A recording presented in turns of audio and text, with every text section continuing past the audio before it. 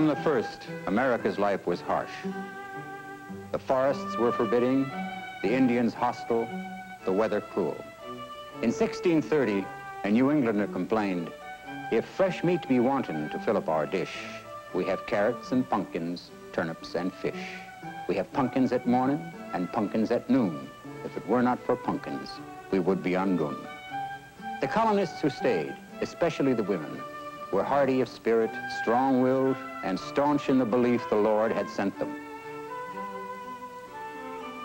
By the middle of the 18th century, the newcomers had become something different. They had become Americans. And native painters like Robert Feeke emerged to record them. Then wealth and luxury and an ideal of elegance colored the eastern seaboard. Joseph Blackburn echoed it.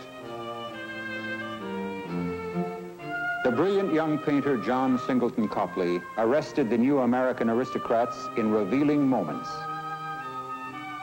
Mrs. Ezekiel Goldthwaite served what John Adams called genteel dinners with fish, bacon, peas, and incomparable Madeira. Nicholas Boylston, wealthy merchant and benefactor of that new college, Harvard.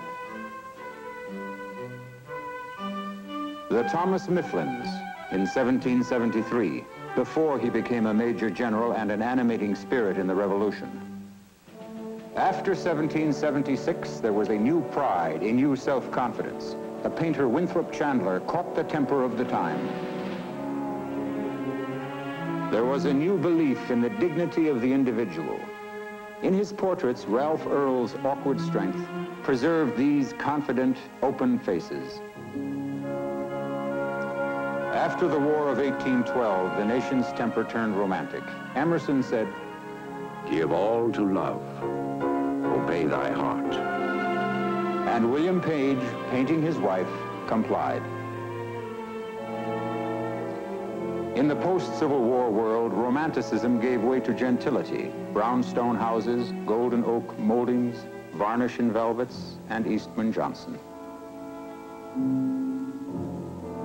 Gentility and sentiment clear up to World War I. Later, this kind of art lost its force, and the sentiment became sugared.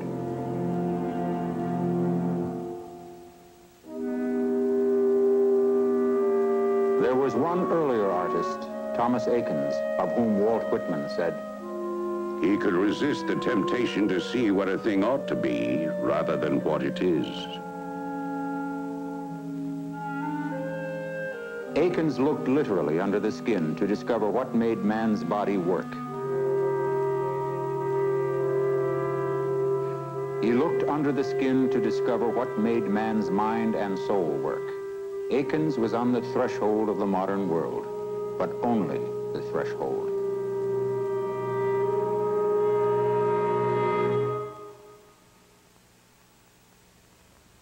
The modern world is a question, a mystery, and change is an avalanche.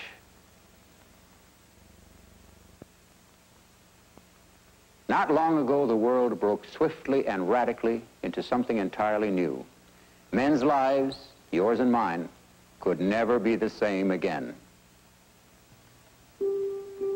It began inside this head. It was expressed in a tiny equation that toppled all the old ideas of the universe and placed mankind on the edge of the abyss. Einstein's idea shed a light brighter than 1,000 suns. It pointed to annihilation, but it also pointed the way to the stars and to the godlike mysteries beyond them. Matter is energy. Energy is matter. Nothing exists of itself, but only in relationship to something else. It is the relationship that is important. Reality is an invisible skeleton. Reality is abstraction and symbols. Reality is what the eye cannot see, what the mind cannot encompass. Reality lies in the millionth of a second brain of the computer, at the heart of a particle smaller than an atom. Reality lies far beyond the uttermost planet in the deepest pastures of space. Reality burns with unimaginable cutting heat at the tip of a laser beam. Reality is cosmic and microcosmic. Reality, as Sigmund Freud taught us, can be the stuff of dreams, the language hidden deep within the mind, spoken only in images and symbols. Truth is an elusive series of glimpses. Reality is everywhere.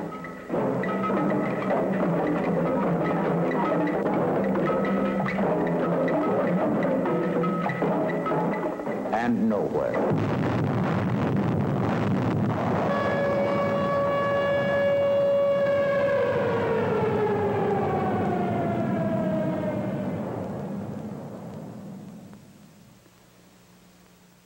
Painting and sculpture could never be the same again.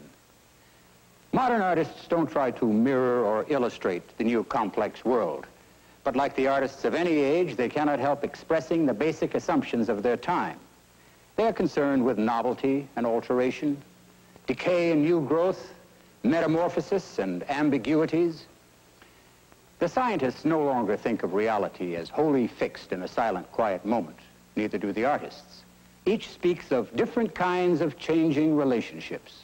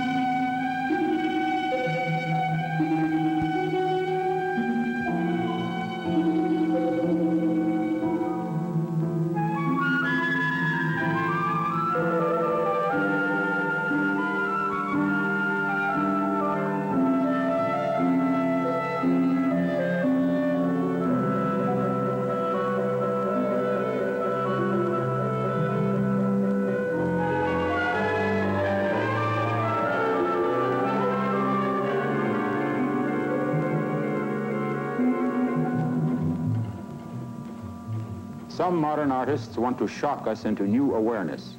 Robert Rauschenberg is one of these.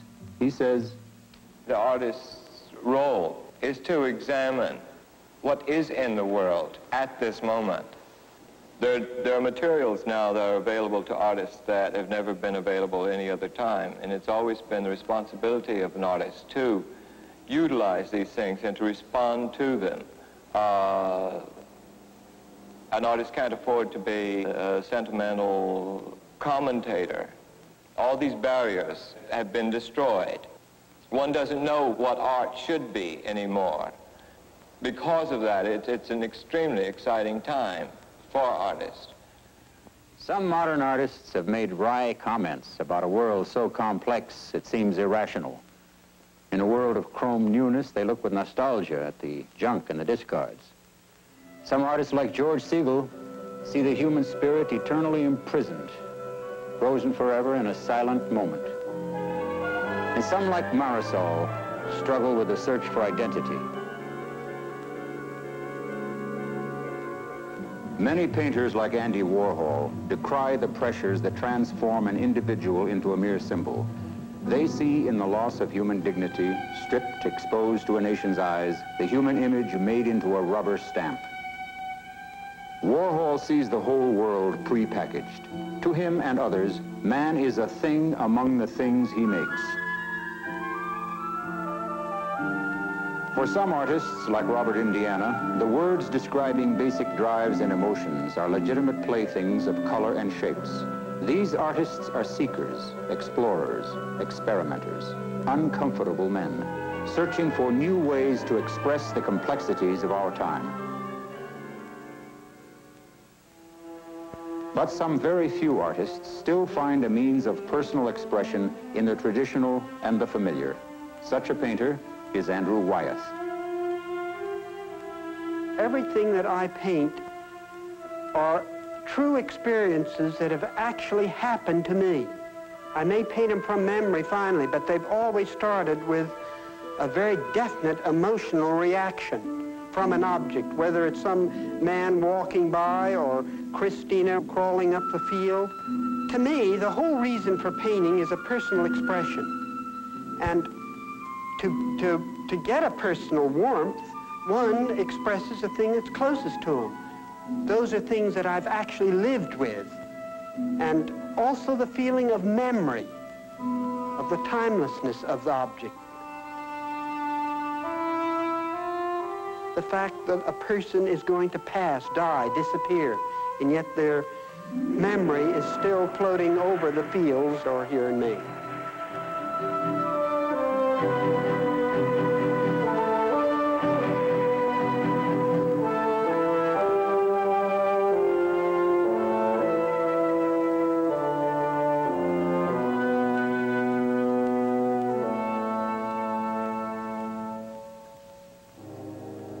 Bone, sinew, and muscle made America. And something else besides. The idea deep-rooted in the birth of the Republic that the spirit of man must decide his destiny. How far we've succeeded, how far we've fallen short, is a matter of record. Part of that record is held in places such as this. 100 years from now, Americans of another century and another world will look back in the same way. They will see us through the artist's eye. They will know how much we have added in our time to the American image.